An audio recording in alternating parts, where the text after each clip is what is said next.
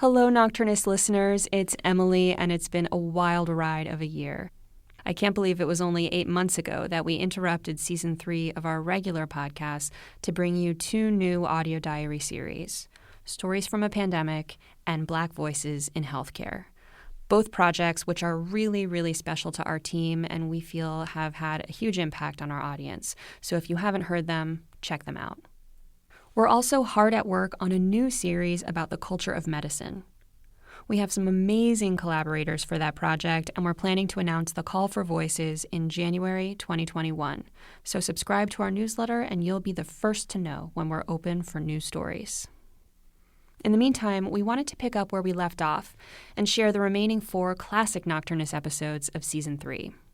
We have a med student navigating life on the wards. We have a physician talking someone off a ledge. We have an ICU doctor dealing with the aftermath of her own cardiac arrest, and a mother trying to balance her personal and professional lives. Keep in mind, these stories and conversations were crafted in 2019 before the events of 2020 upended our lives, so listen with that context in mind. Here's our show. At the Nocturnists, we are careful to ensure that all stories comply with healthcare privacy laws. Details may have been changed to ensure patient confidentiality. All views expressed are those of the person speaking and not their employer. This episode of The Nocturnists was made possible with the support of the California Medical Association and Vocera Communications Experience Innovation Network.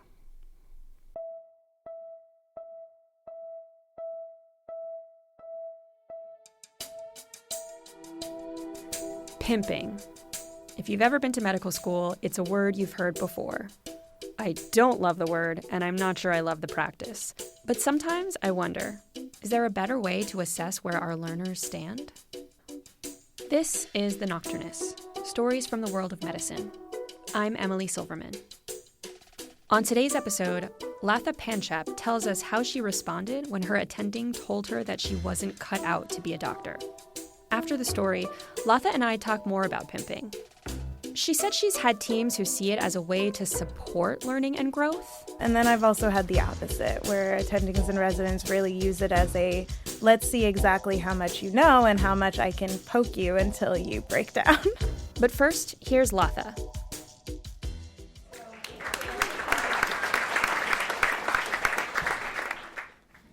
My first clerkship in medical school was pediatrics.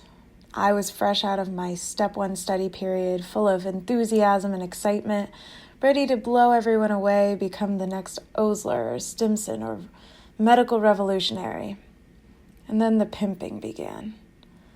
For those of you who aren't in medicine, pimping is this affectionate term we use for when attendings or residents grill the rest of the team, usually the medical students, with questions about relevant topics.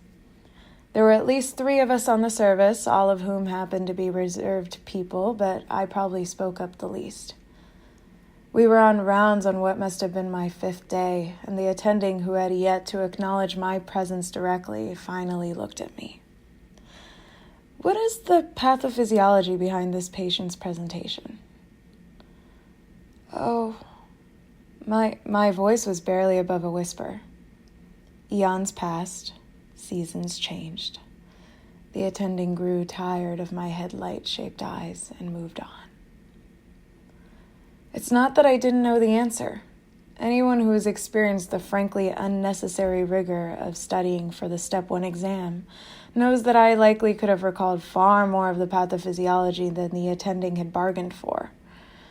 But it was my first time being directly pimped, and I was intimidated.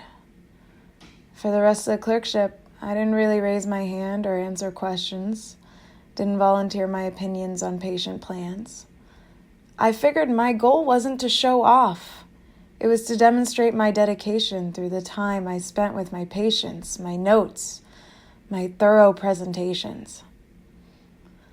So I found myself in clerkship feedback, and that same attending turned to me for his assessment.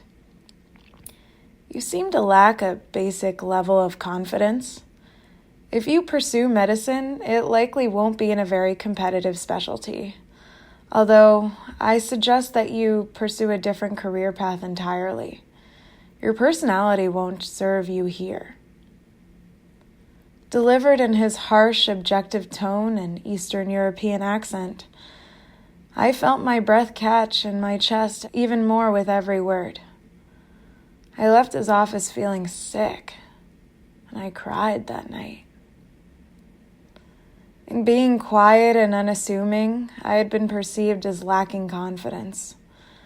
It wasn't true, but clearly I had gone about demonstrating it the wrong way. So I resolved to change.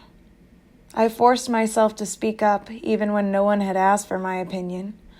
I asserted myself, volunteering to triage extra patients on the OB floor, staying late to personally sign out patients to the medicine night team, constantly pressing attendings and residents for feedback on my performance. While I was on surgery, I would be in the hospital at 5:30 a.m. to assist in modifying and printing the patient list, going so far as to fold the attendings copy exactly how he liked it. I was more exhausted than I had ever been, falling out over myself to make house staff see this illusion of my worth. But it did the trick. My evaluations improved by leaps and bounds. During one of our particularly grueling rotations, my peer made a statement that, while true, didn't really sit right with me. He said, "I feel like these days I don't volunteer to do anything for a patient unless I know that a resident or attending is watching me." And all I could think was how far we had strayed from the early days of being enthusiastic about medicine. Then I met Mr. Q. Mr. Q was a 59-year-old male who had undergone radiation therapy for a previous cancer diagnosis, and as a result, several years later, was now suffering from osteonecrosis of the jaw. Essentially, his bones had been compromised by the radiation. He was having a debridement surgery by ENT, but had been placed on our service for pre-surgical imaging and stabilization. He was 70% deaf and only spoke a very specific dialect of Cantonese called Toishin. Needless to say, interpreter services were limited when we rounded on him, and anytime anyone was available to interpret, it would be 10 minutes before he heard and understood the interpreter, and they were able to understand his shaky and garbled response. My intern, understandably overwhelmed and frustrated, had taken to coming into his room, checking for a pulse, asking for a thumbs up or thumbs down, and leaving. Between all of the imaging that he required and the continuously changing schedule of the ENT team, Mr. Q ended up staying on our service for about 3 weeks. The first few mornings, I lingered in his room after we finished rounding. He barely noticed and spent much of the time staring at his bed or out the window at the East River. He looked dejected. Who wouldn't be? Deaf in a foreign country where nobody could understand him even if he could speak, with debilitating ear and jaw pain and headaches every time he moved, waiting in a bleak-looking hospital room for a surgery that kept getting delayed. It left an uneasy feeling in my gut, knowing that every night when I went home and hung out with friends or studied or watched TV, he was sitting alone in his room. One day I couldn't help it. I reached out and squeezed his hand before I left.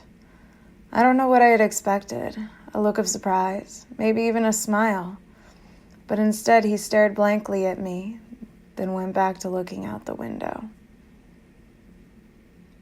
I eventually stopped hanging out with the medical team. My priorities had shifted. I was no longer interested in making my presence known as the smartest and loudest student. Let someone else answer the questions, fold the lists, constantly crave approval. I put in my notes, I called ENT to get updates on his procedure, and I checked in with him about 4 times a day to give him company. The room would be quiet for the most part, but we would still speak volumes. We came up with a language of our own. I had a colleague print out the Cantonese characters for basic words like pain and hunger onto a sheet of paper with English translations next to them for me. He would point at the word and then at the body part, and then a thumbs up or thumbs down. From here, our dictionary grew. words for cough, gestures for dizziness. It was through this creatively cobbled together language that I learned one night that he had fallen while going to the bathroom and struggled on the floor for 2 minutes before willing himself to get up and going to bed. He didn't alert the nurses because he didn't know how to, or even that he really had to. It turned out that he had gotten orthostatic from lying in bed, and we started him on fluids. Eventually, we spoke about everything, not just his health. He showed me pictures on his phone of himself before he developed cancer. He showed me his wife, his children, his home country. He finally started smiling. The day he went up for his procedure, when I squeezed his hand, he squeezed mine back. When he came back to his room 4 hours later, his wife, daughter, and son-in-law were waiting for him. They finally had the opportunity to fly in. I saw him through his post-surgical recovery and had him placed in subacute rehab for care. As I was saying goodbye, he handed me the papers that we had been using for our dictionary. And as I took them, he grabbed my hands. He touched them to his eyes. He let go and bowed. I felt the tears welling up in my own eyes. I'm not a loud or aggressive person. I prefer not to be in the spotlight. Somebody once told me that these were the qualities that would hinder me from succeeding in medicine. I won't say that what that attending told me hasn't helped me. I have felt myself grow in ways I could not have imagined over the course of my clerkship year, and I have him to thank for starting my transformation. But I've also learned that the traits that distinguish a successful student or physician aren't defined anywhere in stone or in any evaluation. One person's unconfident student can be the person to break down another's barriers to healthcare. It's just a matter of opinion.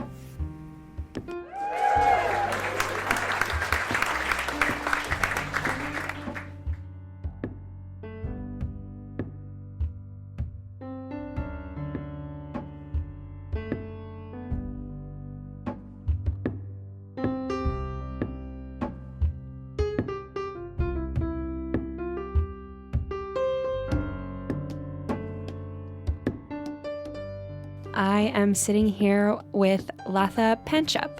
It's so nice to meet you in person. It's nice to meet you too. And I'm really excited to dive into your story a bit. But before we do that, tell us about your path to medicine. Sure. So my path to medicine is actually pretty interesting. I think it's been in the works for a while. There are actually 4 generations of women in my family that have tried to go into medicine and been unable to because of life circumstances. The person who got closest was my great-grandmother, who was a midwife in like a very rural South Indian village. And to me, what spoke the most about her situation is that, you know, despite there were a lot of controversies at that time with caste and the role of women in society, she was really able to still be a voice to a lot of women who otherwise might not have gotten care. In hearing these stories, I sort of realized that this is the kind of role model that I wanted, and this is the person that I would want to be later in life. So I actually started off in medical school wanting to be an OBGYN. What you're saying about your grandmother reminds me of this piece I just read in the Wall Street Journal that's all about telling stories about family lineage to children, and how, according to this piece, even when the children are bored and they seem uninterested and they're like, oh, Mom, another story? Like, I've heard this one 1,000,000 times, that they do take up those stories and that they're actually really important for forming identity and like a sense of fitting into a larger story. And so having just read that article, hearing you say that is really interesting because it sounds like it definitely informed your professional career. Oh, absolutely. I do think that I've been shaped a lot by my family and my ancestors and all of that. So it's really nice to sort of be able to show them how far I've come, and hopefully they're watching from somewhere. So I want to talk about something that you said at the very, very beginning of your story, which was you said you showed up on the wards for your medical student rotation, and you said, I was ready to blow everyone away and become the next medical revolutionary. So can you tell me a little bit about that? What is that about? I think whenever anybody enters medical school, they have this idea that they see all these people who have influenced medicine in so many different ways, right? We have people like Stimson, people like Osler, people like Jonas Salk, right? And they just become these names that are just known by everybody. Even Atul Gawande, as late as now, is just this person that everybody in medicine knows and admires. And I think for me, and I can't speak for my classmates, but probably a couple of them, it's just the idea that I want to be this person that makes this huge impact on medicine. So that was the plan. I think, it probably didn't go as expected on that first day, but it's still something that I look forward to, making and leaving an impact in the medical field. I really like what you're saying and hearing all of these sort of fables about the people who shaped the field before us and how everyone knows them and everyone is admired by them. And so on the one hand, it's like, do we want to emulate them for reasons relating to ego and fame and that kind of thing? Or is it more that we see the impact that they've had and we want to have the same degree of impact? What do you think about that? I do think that there's always going to be some level of ego that's associated with that, because I think in making an impact in the field or in any field, you're really saying, well, the reason that I made a big impact is because everybody recognizes that I made that impact. So there's always going to be some level of fame and recognition that's associated with actually changing the field in a certain way. So they really can't be disentangled, which kind of leaves us in this weird space where we're having to constantly question our goals and our motives and what's really driving our work. Oh, absolutely. And I think everybody through medical school has that moment where they're like, what are the actual reasons that I'm putting myself through this process? Because it's definitely not easy. And it's surprising, I imagine, how easy it is to lose sight of those original motives. And I think it ties into this next scene in your story, which is all about pimping, which, forgive me, listeners, for using a term that is so, yeah, it doesn't taste that good in my mouth as a word. But for listeners who aren't in the medical school universe, can you explain to them what pimping is? It's basically when the senior members of a team decide to grill the junior members, usually the medical students, with questions on topics that are related directly to the patients that they're seeing. And you describe your response to the pimping as feeling like a gazelle on Animal Planet. Oh, yeah. Can you bring us into that a little bit? Yeah, sure. I think medical students are unique in that we know a lot of information that usually doesn't end up being relevant when you're actually practicing. You know a lot of the little details, the little enzymes and stuff like that. And you have this huge fund of information that theoretically when somebody calls on you and asks you to tell them that, it ends up being oh, I should be able to just spit this back out. But for some reason, whenever somebody in an authoritarian position asks you that question, you kind of just freeze.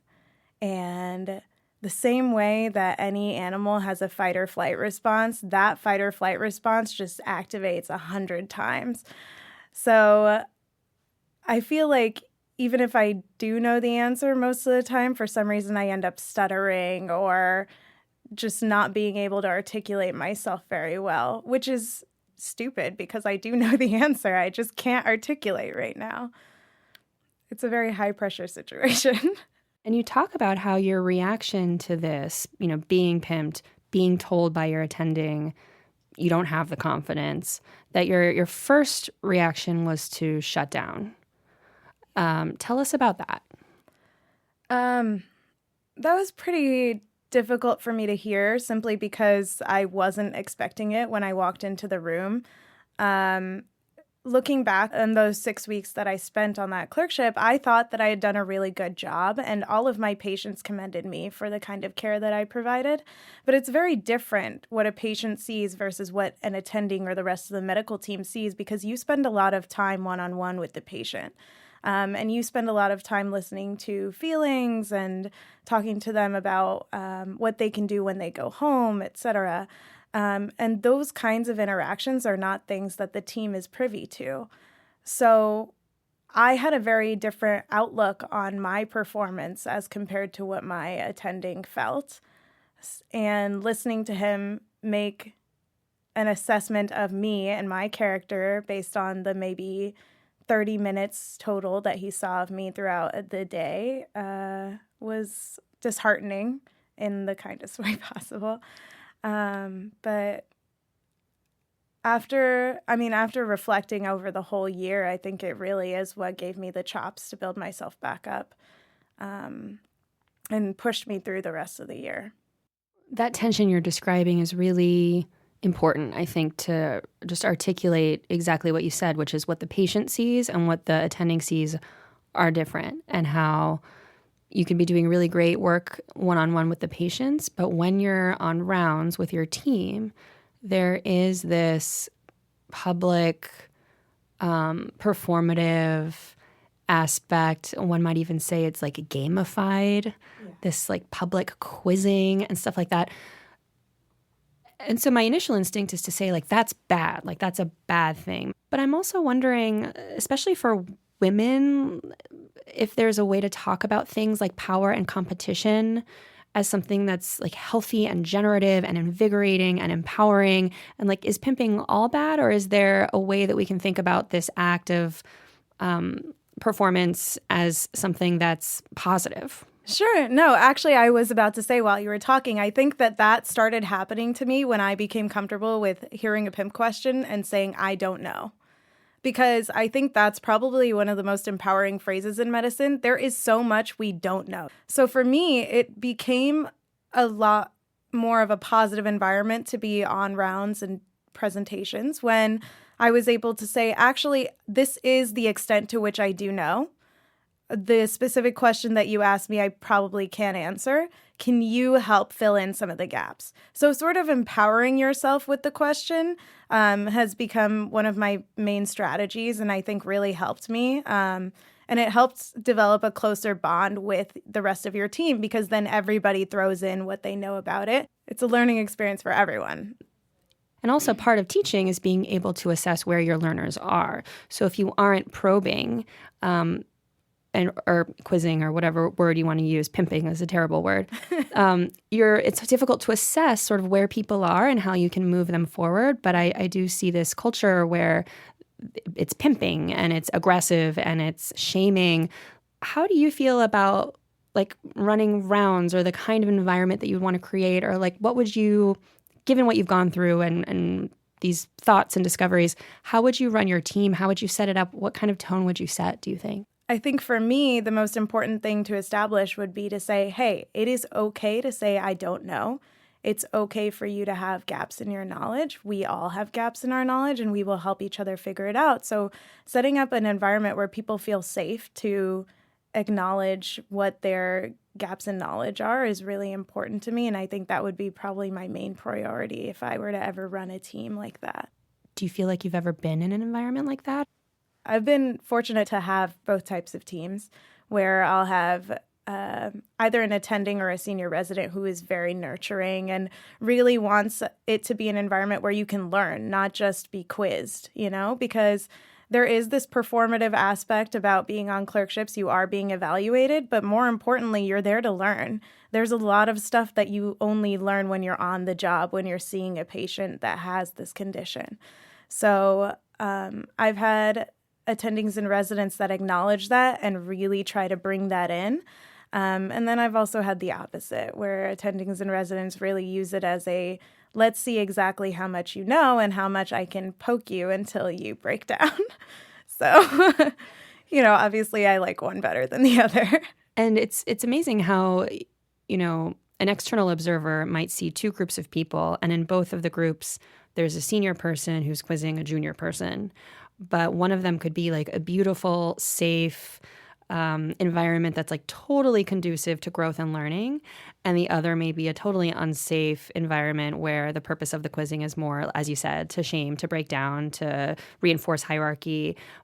But the observer looking from afar, I wonder like if it would be easy to tell the difference, or if it's more an energy thing. I think you can tell. I think most of the time when I've seen the two, even right next to each other, if two teams are rounding, you can usually tell which team gets along better and which team has a more cohesive and positive learning environment, simply because of the energy surrounding them. It's difficult to put your finger on what it is, right? It is palpable, though, in the air.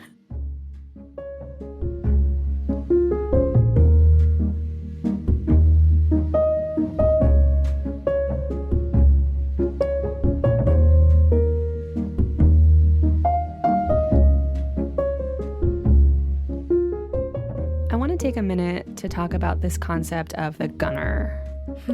So maybe first, if you could explain to those in the audience who don't know what a gunner is, and then I guess, what do you see as like the role of the gunner? How do we like rehabilitate gunners?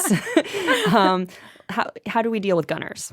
Yeah, I think the gunner is a really interesting concept. It describes a medical student, or really any type of student, that is the first one to answer every question, that bends over backwards to do things for all the residents and attendings, and that is just generally viewed by everyone else in the class as just an annoying person to be around and to work with. But it is a valued kind of skill set, so to speak, to have on the wards, to be able to call upon, like being that person that raises their hand a lot, or that asks a lot of interesting questions, that goes home and does a lot of reading and then comes back and presents it to the rest of the team.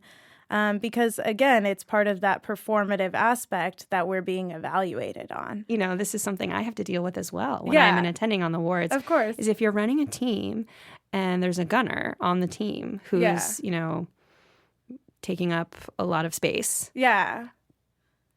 Like, what do you say to that person? It's almost like the opposite of what this attending said to you, which is like, you lack confidence. You're never going to cut it. Like, you need to read more. You need to speak up. The mirror image of that. Like, what do you tell the gunner? I don't know that I've ever seen an attending recognize the gunner, though. I'm not sure if you usually do when you see them on the wards, but even when you have a team of two medical students, you'll often see that the attending just sees them both as people, and maybe one is more talkative than the other. They usually receive the gunner as like the more interested and receptive student. So I've never been in a situation where that's actually been addressed at the attending level. I have seen it addressed at a resident level, where, you know, they'll tell them, you know, you sort of need to back down, like you should give other people a chance. Or even when they ask a question, they will literally ask the other medical student and be like, hey, you haven't had a chance to speak up. What do you think about this patient presentation? What do you think about this plan? And sort of specifically give the other person an opportunity to demonstrate their skills as much. It's interesting to hear how people who are quiet and not speaking up and shy, and the ones who freeze, the one who go into the fight or flight, you sort of know what to say to them, which is, you know, hopefully not what this attending said to you, but how with the gunner, like that just doesn't happen as much. And so I think one thing that's been helpful for me is this concept of like step up, step back. I don't know if you've heard of it. No. Where the idea is like, just be conscious of how much space you're taking up on a team. And if you're someone who takes up a lot of space, like maybe step back every once in a while. And on the other side, if you're someone who's more shy and introverted and takes up less space, like to be conscious of that and take a risk and step up every once in a while. But I don't know. I also feel like it just goes deeper than that. It's not just about like minutes talking. Like on the Democratic debates, right? They're always like, Elizabeth Warren spent 22 minutes talking. Pete Buttigieg, Andrew Yang spent like 2 minutes talking. Yeah. But I feel like it's more than just time talking. Like it's something deeper. It's like it's presence. It's presence on the team, right? Usually the gunner student will be the one that's like in front, actively like within the circle of residents, they might line themselves up, whereas the medical student that's less outspoken might be stepping back a little bit. They might be even like on their computer, probably still listening, probably still looking at a patient chart, just getting ready for their presentation, but they're not necessarily as overtly involved. And that kind of body language does show up.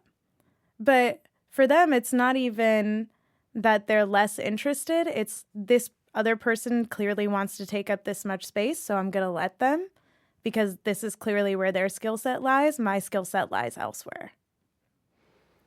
Which kind of begs the question, like introverts, extroverts, gunners, non-gunners, or whatever the opposite of a gunner is.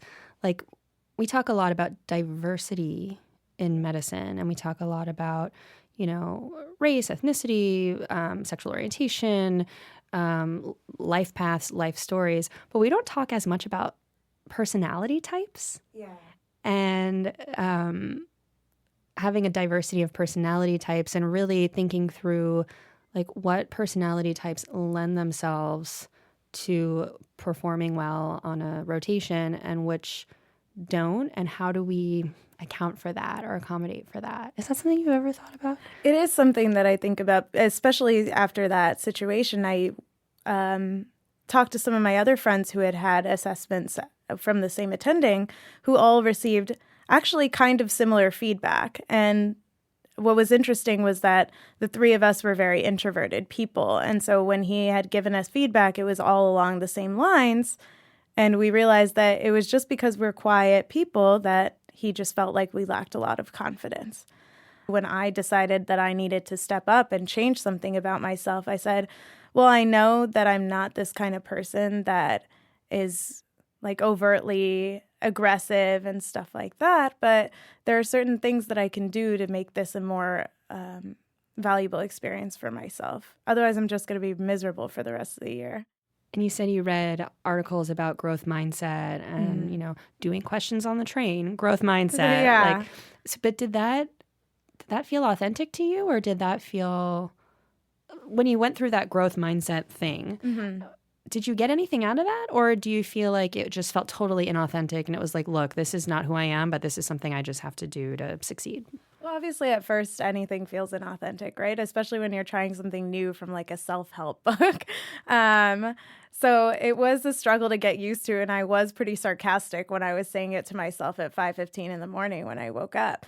But later on, especially as I got towards more difficult rotations, for example, when I did my sub-internship on medicine, I did it at Lower Manhattan, and I would have to commute every day, and then I would get in, and none of my patients would speak English. Dealing with that, getting translators, still getting them the kind of safe discharge that I would provide to anybody else who was a lot easier to deal with. I used that as a huge growth mindset opportunity. And I felt a lot better and more competent coming out of that than I think I would have otherwise, simply because I learned so much from that experience and took it in stride. Yeah, I love how in the story you take us through, this attending says this thing to you, you self-examine, you do this growth mindset stuff, and then maybe overcorrect in the other direction. And then it's this patient who speaks Toisanese that helps you move from overcorrecting maybe to like a happy middle.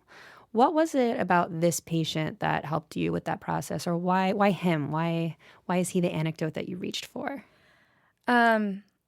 I think for me, what really struck me was that he was the only patient that I had seen so far that spoke a different language and didn't have anybody surrounding him. Usually when we have patients in the hospital that are speaking different dialects or languages, they have family members there that can translate for us, which always makes it a lot easier. But for this patient, he was alone, and I had never seen anybody surrounding him until he was pretty much ready for discharge. And it made me so uncomfortable to realize that his family was far away from him. He probably didn't have that much of an idea what was going on. And for some reason, his procedure just kept getting delayed. So For me, I was like, he is sitting in a bed for a procedure and he doesn't know when it's going to happen. He's in pain. He doesn't even know how to articulate to anyone if he's thirsty or hungry or dizzy. He can't really tell anybody any of these things. And it must feel so lonely. And the work that you put in to develop this language with him was or was not recognized by your team? So that's like a delicate balance, I think, that the med student has to strike, because I was doing this out of genuine concern for this patient. But obviously there was a lot of time that I was absent from the team workroom. So I would often go back and be like, hey, I'm sorry, I was spending time with this person. This is what we talked about today. This is what I learned. And I would just tell my residents casually just to say, hey, I didn't actually go home and take a nap, or I wasn't absent for like a long period of time just doing nothing. I was actually spending time with this patient, and I want you to know. And I think that really helped, because they recognized that this is something they probably wanted to do, but simply didn't have time during the day. Because obviously residency has its own difficulties and time management is huge there. But I, the med student, do have the luxury of having this extra time where I can go sit with him and talk to him about his family and really get to know him. Well, thank you so much, Latha, for being here today. It was really lovely to speak with you, and I can't wait to hear your story live on stage tonight at our show in New York City. Yeah, looking forward to it. Thank you for having me here. I really appreciate it. That's our show. Join us next week for a story from physician Miriam Scheinbein called Ambivalence. I want to thank executive producer Ali Block, producer and head of story development Adelaide Papazolo, podcast producer Liza Veal, director of operations Rebecca Groves, and communications specialist Cora Becker. Our original artwork is by Lindsay Mound. Our original theme was composed by Yosef Monroe, and additional music is from Blue Dot Sessions. This episode of The Nocturnists was sponsored by Vocera's Experience Innovation Network, an organization that studies leadership in healthcare and promotes the concept of human-centered leadership, where leaders focus on their team's physical, emotional, and spiritual well-being. Check out the show notes for more information. The Nocturnist is made possible by the California Medical Association, the Gordon and Betty Moore Foundation, and people like you who have donated through our website and Patreon page. Your donations help us produce stories that humanize medicine for practitioners and patients alike. Make a gift at thenocturnist.com/donate. Thank you for supporting our work in storytelling. If you'd like to add your voice to one of our future projects, visit our website at thenocturnist.com. And don't forget to subscribe, rate, and review our show. It really does help spread the word. To hear more true personal stories from healthcare professionals and research scientists, check out Saturday Night Stories from UC San Francisco. Each episode brings you deeply personal stories of the curiosity, inspiration, and sacrifice it takes to solve the most difficult problems in health today. Find Saturday Night Stories from UCSF on iTunes, Stitcher, or wherever you get your podcasts. We are the Nocturnists. We'll be back next week.